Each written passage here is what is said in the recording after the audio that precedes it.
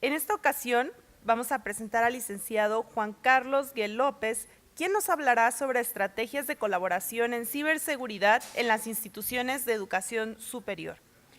Juan Carlos Guel cuenta con más de 20 años de experiencia en el campo de la ciberseguridad. Fundó el Departamento de Seguridad en la Universidad Nacional Autónoma de México en 1998. Creó el primer CERT en México, el UNAM CERT, en 2001. Fundó la División Científica en la Policía Federal en 2009. Creó el segundo CERT en Gobierno con alcance nacional, el CERT MX, en 2011. En 2014 funda el primer CERT Capital Privado en México y es autor de la herramienta NERV, primera plataforma de ciberinteligencia en castellano. Démosle la bienvenida al licenciado Juan Carlos Guel López.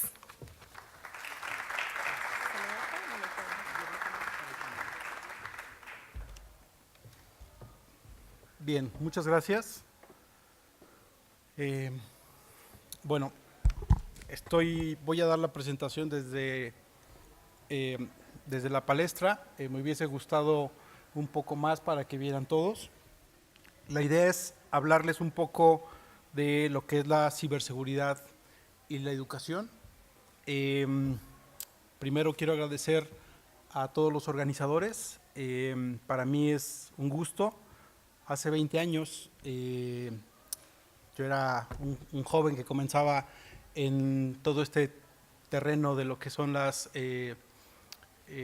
universidades, a trabajar de manera muy directa con la NUYES, y comenzábamos a crear una red de responsables de seguridad en cómputo. Por eso me da mucho gusto. Conozco a muchos de ustedes ya también llevan varios tiempo manejando todo esto del campo del TIC, y allí comenzábamos a poner una semilla de lo que llamábamos una red nacional de ciberseguridad. Después yo me fui hacia el sector privado, hacia el gobierno, y pude hacer algunas cosas, pude obtener una visión totalmente distinta de cómo veo la ciberseguridad, y hoy día estoy en el sector privado. Y de eso les vengo a hablar, precisamente de cómo veo esa evolución, de qué se está haciendo, qué no estamos haciendo, el problema que tenemos enfrente, que es realmente para preocuparnos. ¿Por qué? Porque no estoy encontrando gente especializada en diversas disciplinas, y esa es una realidad que tenemos no nada más el sector privado, también el gobierno. No tenemos gente lo suficientemente preparada en diversas disciplinas de la ciberseguridad, y es parte de lo que les quiero comentar. Bueno, vamos a ver 7 temas muy rápidos, me voy a ir muy rápido. Primero es poner un poco el tema, poner sobre la mesa el tema. Después, cómo estamos en México, cómo estamos a nivel educación, qué nos está sobrando, de qué estamos adoleciendo, cómo vemos el ecosistema de la ciberseguridad en México desde un punto de vista de empresas que ya están haciendo ciberseguridad. Creo que nos falta como sociedad crear un organismo que nos ayude, y ahorita vamos a hablar a qué me refiero. Alguna propuesta de cómo trabajar con el sector educativo, qué nos hace falta para impulsar la ciberseguridad, y ustedes como responsables de TIC en el país, yo esperaría que nos ayuden. Este es un tema que a todos nos debe de importar. Un problema real, les voy a mostrar una herramienta que estoy desarrollando y en donde estoy teniendo los principales problemas. A pesar de contar con los recursos económicos, no encuentro el personal. Y, desde luego, unas conclusiones. Primero, vámonos rápido al tema. Hablando en México, ciberseguridad en México. Alrededor de 22 millones de personas son afectadas cada año en México, según la Estrategia Nacional de Seguridad de México. 22 millones, y ese número va en franco crecimiento. 5,000 millones es el monto estimado total en la suma de daños y pérdidas hacia lo que son las empresas y los usuarios. Cada año hay ataques mucho más sofisticados. Uno de ellos lo estamos viviendo en tiempo real, justo está pasando ante nuestros ojos. Ataques al sistema financiero, donde hay recursos, donde se mueve dinero, los intrusos van a estar. Por el simple hecho pueden materializar de manera muy rápida sus ataques. También estos ataques los estamos viendo a nivel gobierno. Fin de semana, los puertos de todo Barcelona. El día de ayer atrapan a unos espías rusos en Holanda que estaban intentando infectar a través de malware algunas plantas químicas, donde ya estamos viendo cuestiones que ciberseguridad va en flanco crecimiento. En la educación, ¿qué estamos haciendo en México? Estamos formando de 80 a 100,000 ingenieros cada año. Obviamente estamos hablando que estos jóvenes que están egresando son especializados en tecnologías de la información. No estoy hablando que estén formados en ciberseguridad, simplemente en tecnologías de la información. 80 a 100,000. Esa cifra guárdenla, porque nos va a ser útil un poco más adelante. Un ingeniero en Noruega gana 100 pesos. Comparado ante ello, un mexicano gana 11 pesos.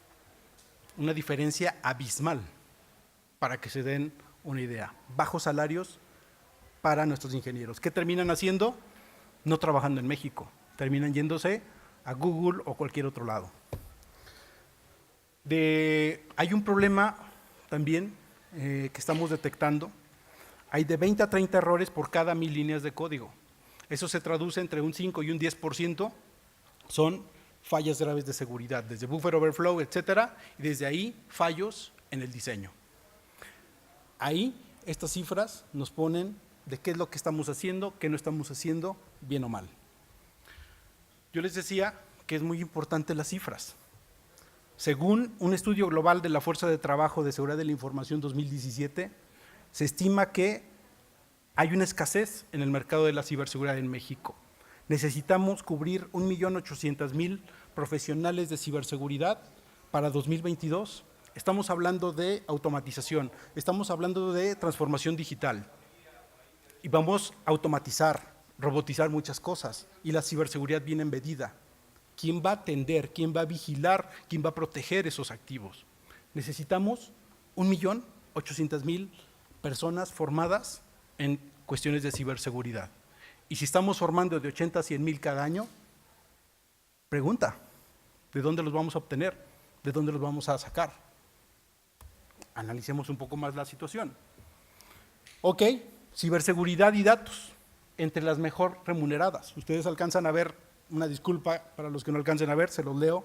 Seguridad informática, es el que está un poco más azul. Un analista de datos, administrador de sistemas, implantación de ERP, etcétera, entre 35 y 26,000 pesos remuneradas en el país.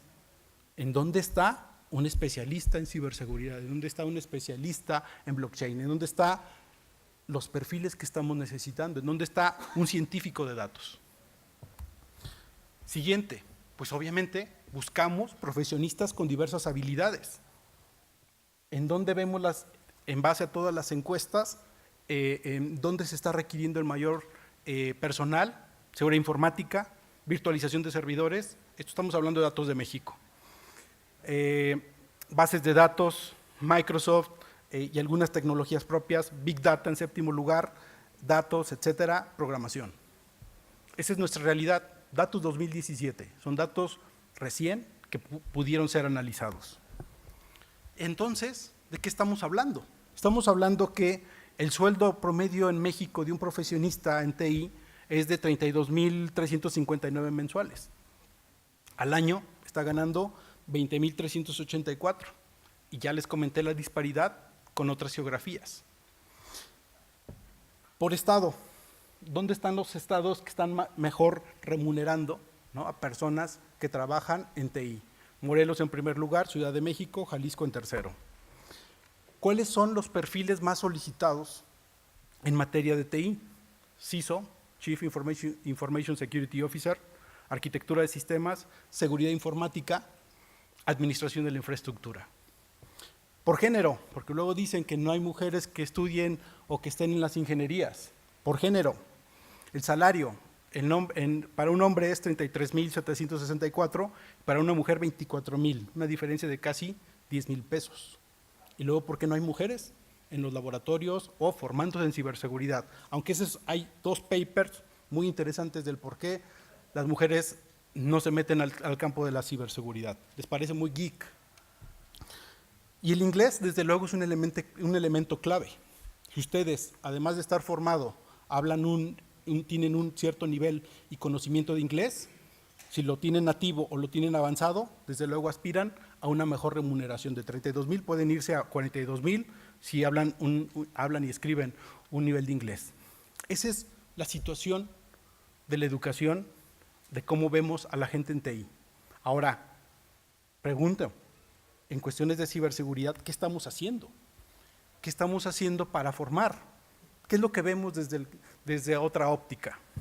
Escasos profesionales en ciberseguridad, pocas licenciaturas o ingenierías en ciberseguridad, se están formando de 80 a 100,000 ingenieros cada año en TI, el usuario debe pagar un diplomado, maestría o egresar fuera del país para formarse en ciberseguridad. En muchas pláticas, en muchos foros, muchos usuarios se me acercan y me dicen, oye, ¿cómo le hago para estudiar ciberseguridad? Cuando lo único que tiene es un diplomado, pocas maestrías, 2 o 3 en ciberseguridad y cursos de actualización. Y los cursos los tiene que poner de su bolsillo el joven. Ya vimos la diferencia de la remuneración del otro lado, del lado de la industria. Ataques de ciberseguridad en aumento, vean medios, vean lo que está pasando en nuestro país, es una realidad, ataques al SPEI, a bancos, que si los ataques de phishing, de vishing, y pareciera un problema que va en constante crecimiento. Los ataques al sector financiero, los más agresivos, pero también los más novedosos. Ahí estamos aprendiendo muchísimo. ¿Por qué? Porque son bandas, compañías especializadas que, desde luego, es un negocio sumamente redituable. Y hay que decirlo. Incluso hay nexos y conexiones con el crimen organizado. Requerimos personal en las nuevas disciplinas que ayuden en esa transformación digital a todas las empresas. Pero una vez más, ¿qué estamos formando? ¿Qué estamos sembrando? Pérdidas por ataques de robos de identidad. Vean lo que nos está pasando, cuántas llamadas nos reciben, donde tienen su identidad, donde tienen sus datos. Y esto puede seguir creciendo si no ponemos las medidas legales, etcétera. Bueno, ¿y qué hay en el ecosistema de ciberseguridad en México? Según la ITU, México ocupa el lugar número 28 en el ranking del Índice Global de Ciberseguridad. Aquí está. México estamos, digamos que a nivel América Latina, estamos bien. Esto dice el ITU. Pero ya cuando vemos una gráfica, observamos que de 10, México está en el lugar 5, está a la mitad. Y es muy simple. Nos están faltando una serie de acciones por hacer, desde cuestiones legales hasta crear y construir capacidades. Dentro de ese índice global, mide qué hemos hecho para construir instituciones que defiendan, protejan y analicen a el core del país. En 2001 creamos el primer CERT, el UNAM CERT. En 2011 me invitaron a participar, fundamos la división científica y creamos el primer CERT con alcance nacional. Creamos un CERT educativo que ayudara a las instituciones, que fuera la voz, que ayudara a los demás a definir políticas, estrategias, formarles. Con el CERT nacional poder agrupar a las organizaciones del gobierno para poder saber qué hacer antes, durante, después, cuando les son atacados. Y en 2013 creamos el primer CERT de capital privado para poder ayudar al sector financiero. Precisamente estamos en ello. Y romper un poco la parte del secreto bancario, etcétera, etcétera. Aquí en ciberseguridad, pues eso servirá en modelo de negocio, pero para ciberseguridad lo que nos importa es unir conocimiento, tipologías. Si a ti te atacaron Banco X de alguna forma, documéntalo y tratemos de llegar a una mesa para poderlo analizar. ¿Por qué? Porque el día de mañana yo puedo ser atacado de esa forma o de una nueva forma. Y la idea es unir y centrar conocimiento. Y por eso que estamos en vísperas de crear un CERT financiero. La clave en los esfuerzos también en materia legislativa. Muchas veces me decía un amigo en Chile, oye, es que nuestra ley es de 1998 y no tenemos a un solo juzgado por esa ley. Nuestra ley, las últimas modificaciones a los 278 bis, que habla un poco de las intrusiones, es de 1999. Pregunta, ¿cuántos detenidos hemos tenido pasados usando ese artículo? ¿Alguien lo sabe? Ni uno solo. Otro punto importante es la construcción de capacidades para cómo el país está preparado, si tiene investigación, desarrollo, qué tan rápido se adecua al ecosistema de un ataque, una vez que lo atacan, cómo ese ecosistema se va adaptando para poder formar la resiliencia ante ese nuevo ataque. Este es el panorama de México en materia de ciberseguridad. Esto es lo que nos evaluaron, pero no es suficiente. Para darles un dato, en España hay más de 40 CERTs. En México estamos hablando de 4, cuando debe de existir una línea muy clara para poder definir desde la política de ciberseguridad y cómo organizarnos entre sectores. ¿Qué es lo que nosotros vemos dentro de ese ecosistema? Me paso a qué estamos haciendo ante organismos internacionales y qué tenemos en las manos. En México existen más de 70 empresas dedicadas a la ciberseguridad, registradas ante distintas instancias, etc. La mayoría, fíjense el porcentaje, 70% se dedican a venta de equipo especializado para gobierno federal y estatal. Un 15% de todas esas se especializa realmente en ciberseguridad, en mercado de nicho. Me refiero a pentest, cosas ya propias de la ciberseguridad. Y un 15% que están surgiendo, eso es un tema también muy interesante a debatir, que estamos ya analizando, donde las fintech tienen embedida la parte de ciberseguridad per se. Un tema que nos preocupa mucho, que no se está atendiendo, es el tema de la ciberseguridad industrial. Es un tema en el cual tenemos que trabajar mucho. Lo que yo les hablaba de ataques que estamos detectando a las armas químicas, etcétera, es a través de los sistemas de seguridad industrial. ¿Qué son los ataques de seguridad industrial? Yo les hablaba de ataques el fin de semana en todo el puerto de Barcelona. Lo hacen atacando sistemas que controlan grandes estructuras de puertos, son sistemas SCADA, no es un sistema de cómputo tradicional, es un sistema de ciberseguridad industrial, donde es otro concepto totalmente. ¿Qué usamos en SCADA en México? Sistemas SCADA en la luz, sistemas SCADA en el petróleo y todos los sistemas de misión crítica. ¿Quiénes los van a proteger? ¿A quiénes estamos formando y especializando en esas tecnologías? El mercado de ciberseguros está al alza. Están cada vez más sacando nuevas ofertas de mejor cómprate un seguro antes de que te ataquen. ¿Para qué? Una vez que me robaron mi base de datos e información, seguro te va a llegar una multa del regulador, por lo tanto, con eso te puedes amparar. Ya están surgiendo despachos especializados en llevar litigios en materia de TI. Una vez más, ¿quiénes les van a apoyar? Si es un abogado, no sabe la parte tecnológica, el cómputo forense. El cómputo forense es toda una disciplina que está avanzando continuamente. ¿Cómo les vamos a ayudar a la parte legal? Emergen las fintech, donde la ciberseguridad es una parte clave. Hay cerca de 200 fintech y estamos hablando de nuevos servicios, financial technologies. Entonces, ¿cómo les vamos a ayudar a los nuevos productos de la banca, blockchain, etcétera?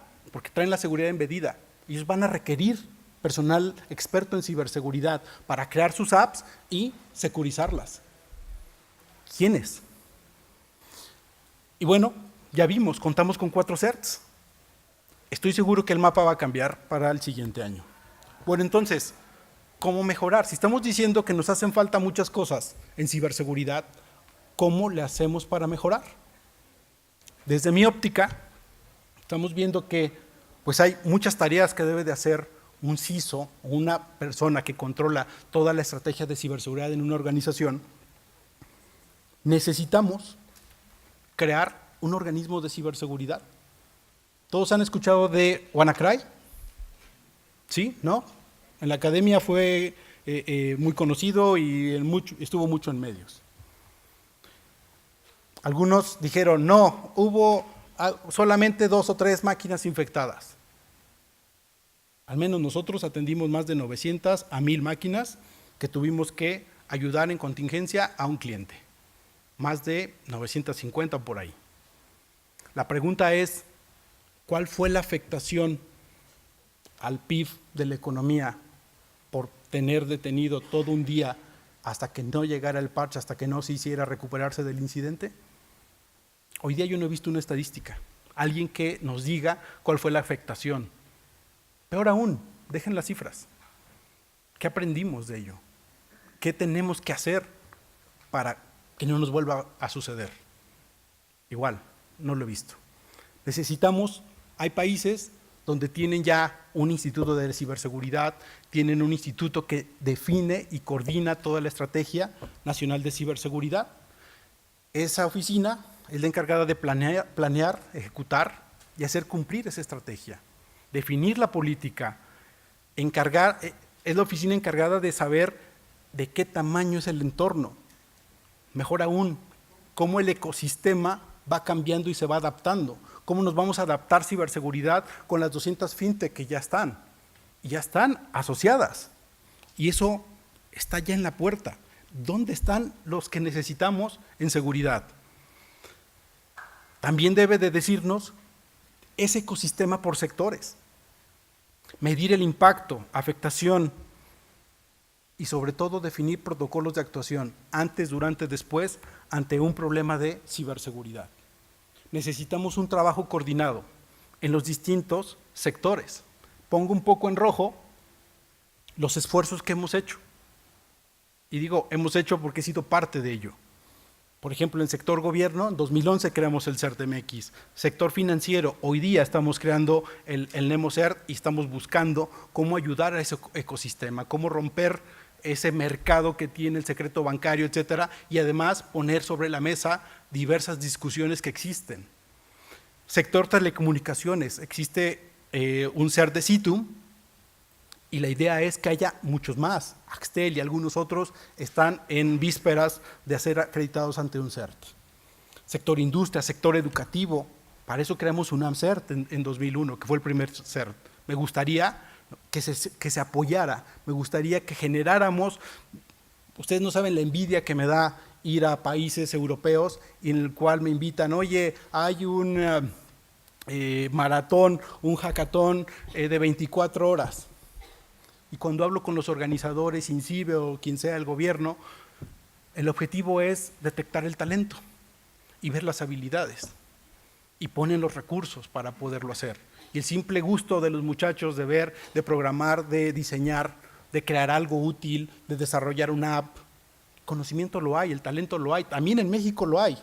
La semana pasada estuvieron reunidos en México la gente de Tor, hace 2 días hubo un hackathon con el grupo Peñoles en la comarca, en Torreón, pero hay muy pocos que se están haciendo.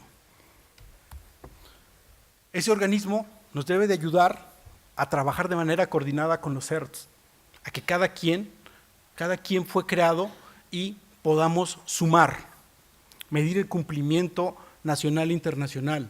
No saben cuántas discusiones hay, foros especializados, resoluciones en la ONU, etcétera, donde necesitamos tener gente que nos represente ahí. Y que desde luego todo lo que se acuerde a nivel internacional, tratados que hay a nivel internacional, los estudiemos para poder fluir información y colaboración con otras entidades, con otros CERT nacionales, CERT gubernamentales, CERT con carácter nacional. Pero además, llevar un trabajo legislativo. Yo siempre he dicho, México es un país de leyes. Sí, tenemos muchas leyes. ¿Vamos a hacer una ley en ciberseguridad? No, mejor lo que ya tenemos, usémoslo. Tipifiquemos los delitos. Y desde luego, fomentar la cooperación. ¿En dónde estamos hoy día? ¿En dónde estoy necesitando expertos en ciberseguridad? ¿Qué podemos hacer con el sector educativo? Desde mi punto de vista, así como está transformando todo el día a día, la transformación digital, ya llegó a la banca, ya llegó al sector transporte, Uber es un ejemplo de ello, los taxistas, ese monopolio ha ido cayendo poco a poco, en el transporte, ustedes lo ven también en el entretenimiento, ustedes tienen el app, etcétera, etcétera, y todo eso se ha ido transformando de manera muy rápida. Y en el sector educativo lo necesitamos, lo pedimos a gritos. Y me refiero en los planes de estudio y en las profesiones. Necesitamos definir una política educativa en ciberseguridad y en TI. Necesitamos enseñarle a los niños de kinder, de primaria, los riesgos que tiene un móvil, los riesgos que tiene un tablet. ¿Lo estamos haciendo? ¿Les estamos dando material? Obviamente a su nivel de comprensión. A eso me refiero con esa política. Planes, necesitamos planes y carreras dinámicos adecuados al cambiante mundo de TI. Esto está evolucionando muy rápido y necesitamos también nosotros ser dinámicos. Si vamos a seguir formando gente en las mismas profesiones y dando las mismas materias que venimos desde hace 20 años, no, porque no es lo que está requiriendo hoy día el mercado. Y necesitamos fomentar ese talento y apoyar en la creación de las nuevas áreas en todas las universidades, en todas. Me da mucho gusto, por ejemplo, ahorita la ceremonia de premiación, y necesitamos, obviamente eso es sobre los desarrollos de las universidades, pero ahora sobre lo que están haciendo con los alumnos, ese fomento hacia la ciencia, innovación y desarrollo que creo que necesitamos mucho en el país. ¿Qué necesidades tengo en materia de formación? Y ahorita van a ver un caso de ejemplo. Necesito gente desde científico de datos, blockchain technology, ingenieros en blockchain, inteligencia artificial, es hasta yo la aprendí hace 20 años, pero es toda, no nada más les estoy hablando de inteligencia artificial, el siguiente paso, machine learning, deep learning. Créanme, hay productos y hay países que están muy avanzados ya en machine learning, deep learning. He visto productos y soluciones. Cómputo cuántico, ya se está definiendo la tecnología, ya es algo que está en la puerta y que necesitamos meternos. Ciberseguridad en sistemas de control industrial, SCADA, y todo lo que les hablo de los ataques a los sistemas de misión crítica. Fíjense en este dato. Yo tardé 2 años en contratar un experto en DevOps. ¿Qué es un experto en DevOps? Es un chico de sistemas que ve todos los equipos de cómputo, etcétera, pero que además sabe de scripting. Por lo tanto, me monta las bases de datos, ¿verdad?, de manera automatizada. Si yo le pido una máquina virtual, si yo le pido bla, ¡pum!, rápido, me asigna procesamiento, me asigna memoria, bla, bla, bla, ¡pum!, de manera con un botón. Le pido que baje todo eso, bla, bla, y lo elimine de manera rápida y me entregue el certificado de que eso en la nube ya no existe. Y todo automatizado. Tardé 2 años en encontrarlo. Y no fue en México. En España lo encontré. Ingenieros especializados en Red Team, Blue Team. Ya el hackeo ético, pues todavía se sigue haciendo, pero es viejo. El pentest todavía se sigue usando. La evolución, Red Team, Blue Team. Antes de que lleguen, antes de que tú me digas, yo creo mis capacidades. Y además monitorizo toda esta información. Y créanme, hay especialidades en esto. Para hacer un Red Team, por ejemplo, un cliente que me tiene una red de 5,000 cajeros y de distintas marcas, colores y sabores, sistemas operativos, etcétera, pues necesito un experto en cajeros automáticos. Ah, pero también tienes Diebold, también tienes Wincorp, también tienes los chinos estos, ¿no? Y entonces necesitas tener expertos en esas arquitecturas. ¿Por qué? Porque están atacando los cajeros.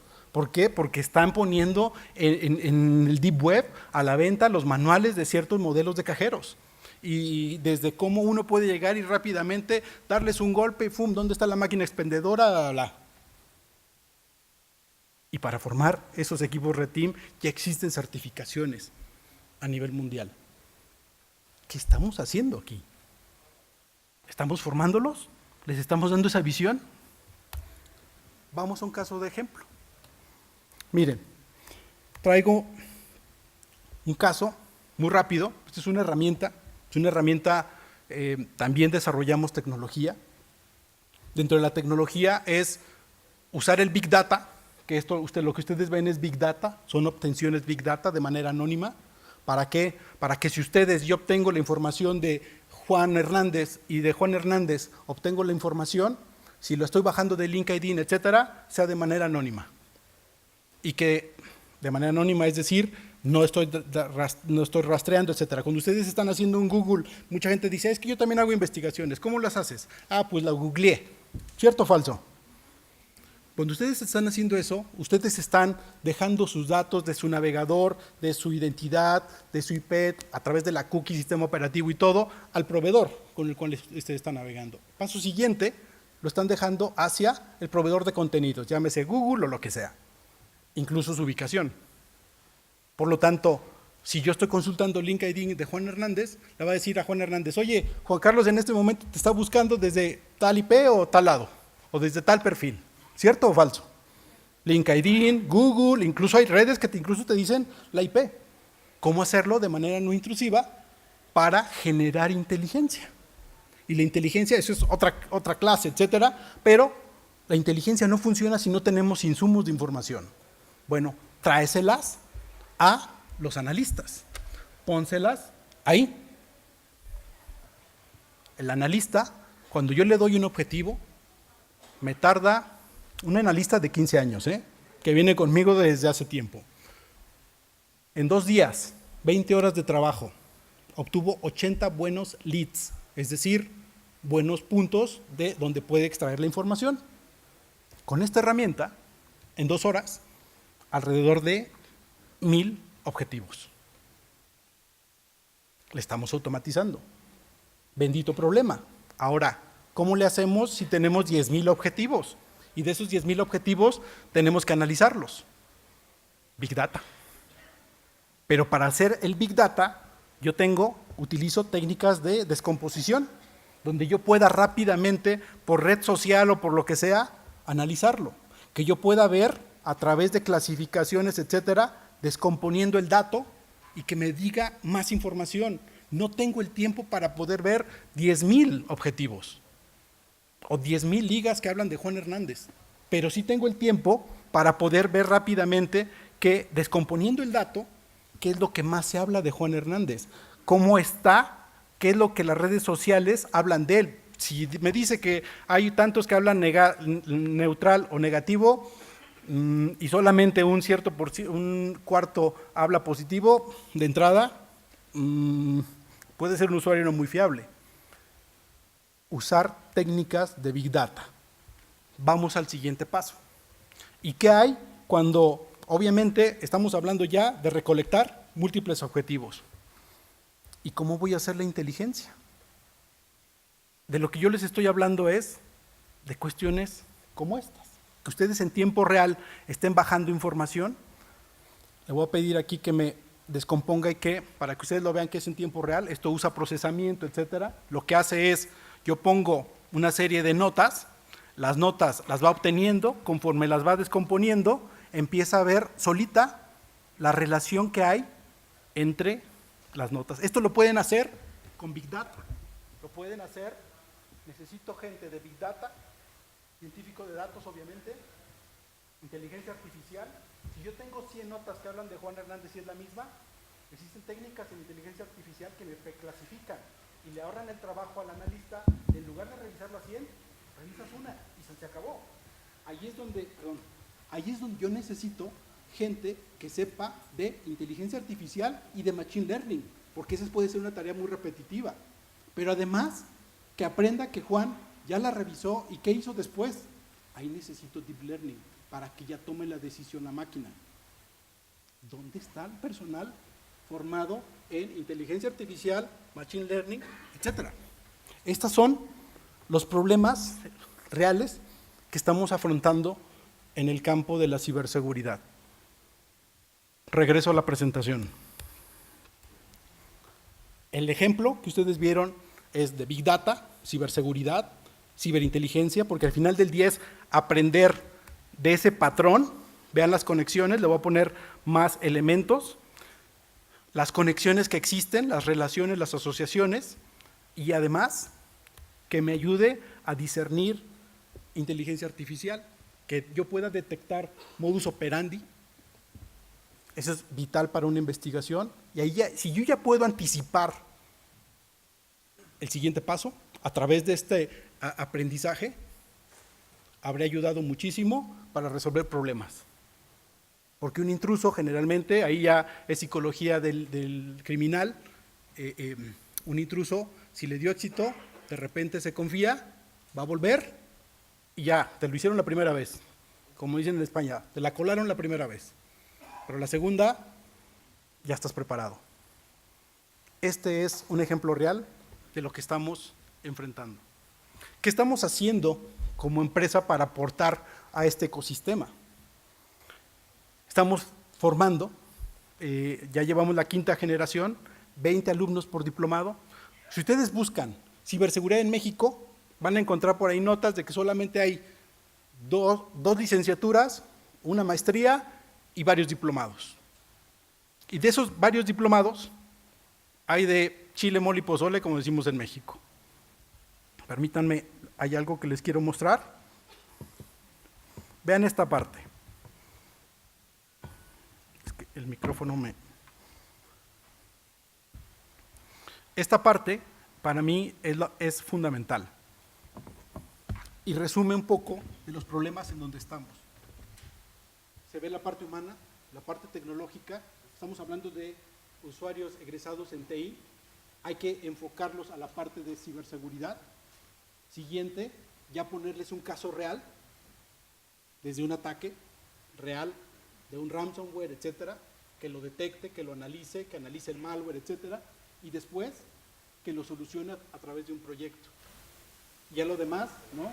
Cuestiones legales, ok, ¿cómo vas a presentar eso ante un juez, cadena de custodia, etcétera, para que todo tu proceso de investigación sea aceptable ante un juez y que tu cadena de custodia, la otra parte, no te puede echar abajo tus indicios.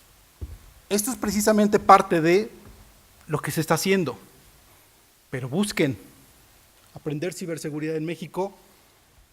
El camino es complicado, y lo digo complicados, sí. Conclusiones, para que haya espacio para preguntas. ¿Qué veo después de este repaso que les estoy dando de el ecosistema que hemos hecho, el ecosistema en México, de lo que estamos haciendo en educación? Veo imprescindible una transformación en nuestro modelo educativo. Y discúlpenme, pero no lo vamos a poder hacer sin la ayuda de ustedes. Estamos hablando de 1.800.000 plazas.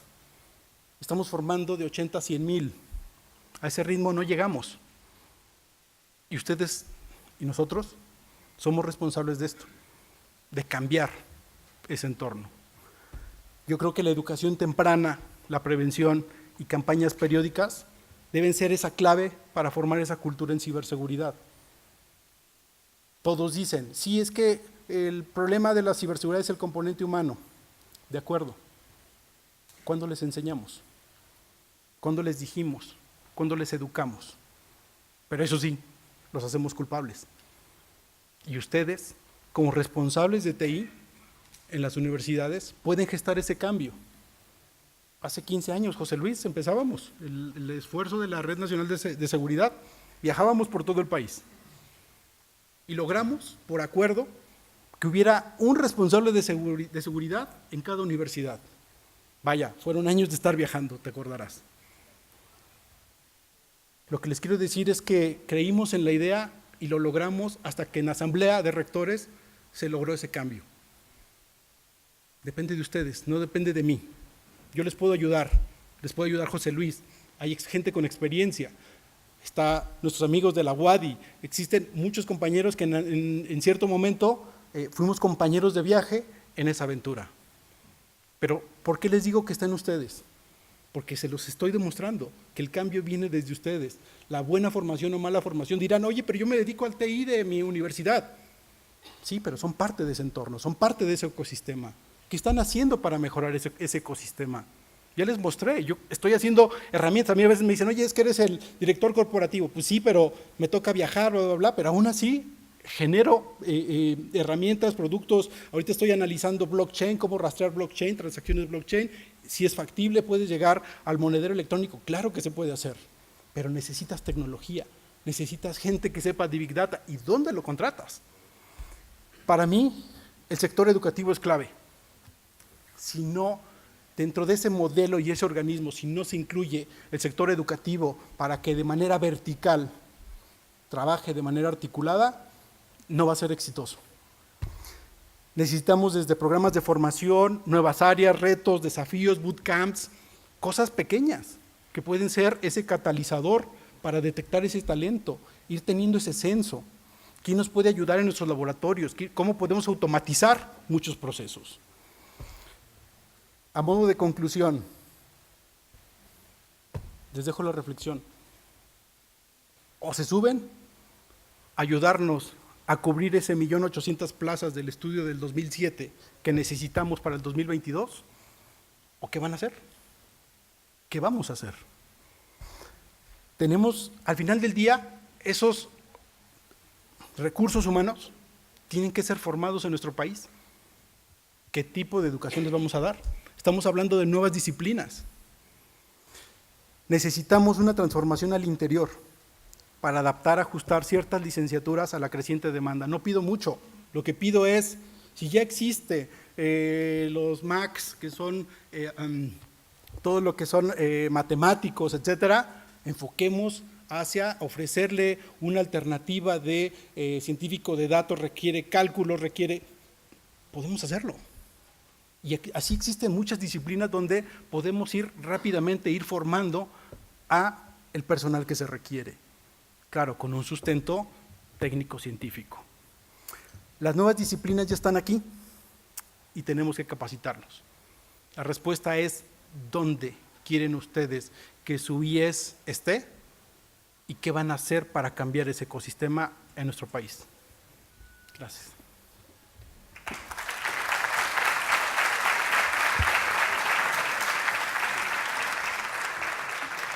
Muchas gracias. Agradecemos la participación del licenciado Juan Carlos Guel López y le hacemos entrega de un reconocimiento por su participación.